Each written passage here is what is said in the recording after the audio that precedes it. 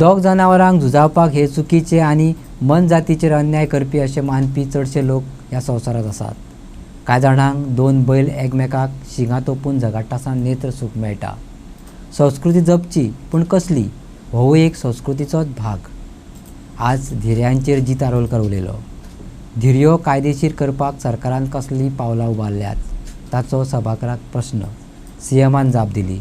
हायकोर्टान धिऱ्यांचेर बंदी घातल्या। Drawn on towards the rise in Dhirio bullfights event being organized across Goa and the growing excitement and participation among the youth. Dhirio has been a part of Goa's culture and tradition fabric for decades. Often associated with village festivals, community gathering, steps need to be taken to frame law and legalize the same and to conduct such events in regulated manner. With reference to the above the required information as under the bullfight Dhirio has been banned by the Honorable High Court Bombay in a Panji in a criminal writ petition with 347/1/1996, the people of Animal versus Parimal Rai and others, for the year 22-20-25 up to 3-6-25. The following number of cases have been registered against the accused person. The 11/1 and the prevention of the cruelty to the Animal Act. It is one in 22 6 cases, 23 3 cases, 24 1 cases, and 25 6 cases. आता मागच्या चारही cases वाढवूंक लागल्यात. Okay. Further, the compliances of the direction of the Honorable High Court and action plan to be the bullfight have been prepared and submitted before the Honorable High Court. Also, appropriate action to be taken to comply with the direction of the Honorable High Court to pass by an order 7/4/2022 in a criminal writ petition number 347/1996, the people for the Animal versus Parimal Rai and others. This is issued with the approval of the DGP. Already as a quota. हालींच्या तेंपार राजकारणी झुजता आसतना दिश्टी पडटा। शिंगां सोडून साम दाम दंड भेद असो सगळ्यांचो राजकारणांत वापर जाता।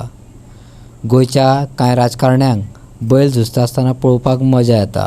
ही थोर परंपरा चालू राखपाक जाय अशें सांगत ताचें समर्थन करतना जितान तामिळनाडूची देख दिली। ती कमी पडटा काय कितें म्हणून जितान आपल्याच मतदारसंघातली आनी एक देख दिली। तमिळनाडून एक बिल अमेंड केला 2017 की legalizing traditional bull trampling sports. Speaker sir हांगासर कितें जाला थंयसर तेन्ना जेन्ना बॅन जालो तेन्ना सगळे आख्खे फुल स्टेटीचे लोक एकठांय जाले, व्हडलें आंदोलन थंय जालें।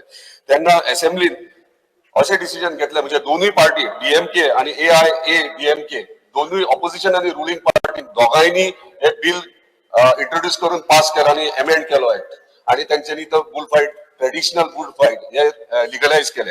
हांव रिक्वेस्ट करता आमच्या ऑनरेबल चीफ मिनिस्टर तशेंच गोवा गव्हर्मेंटाक की हे बिल हांवेंय बिल इंट्रोड्यूस केला आणि हांवें सर्क्युलेटूय केला सगळ्यांक। सो हे बिल लिगल म्हणजे एक्सेप्ट करचे आणि हे कायदो हाडचो। स्पीकर सर हे कित्याक लागून हे आयज बुल फायट जे आतां जावंक ना, हे हरप्पन सिव्हिलायझेशन त्या टायमाचेर सुरू आहा तेन्नाचे स्टार्ट केला ते अजून पर्यंत चालू आहा आणि हे आमचे कोस्टल बेल्टाक चडशे बुल फायट्स पारंपारीक प्रथा कशी चालू आहा।